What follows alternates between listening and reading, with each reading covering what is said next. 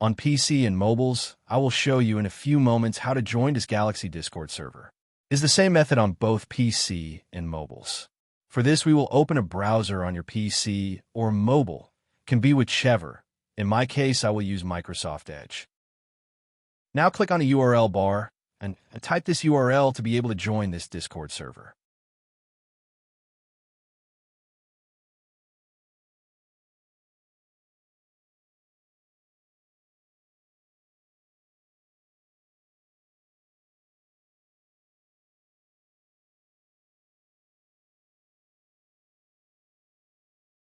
Doing this will automatically start your Discord application if you have it installed.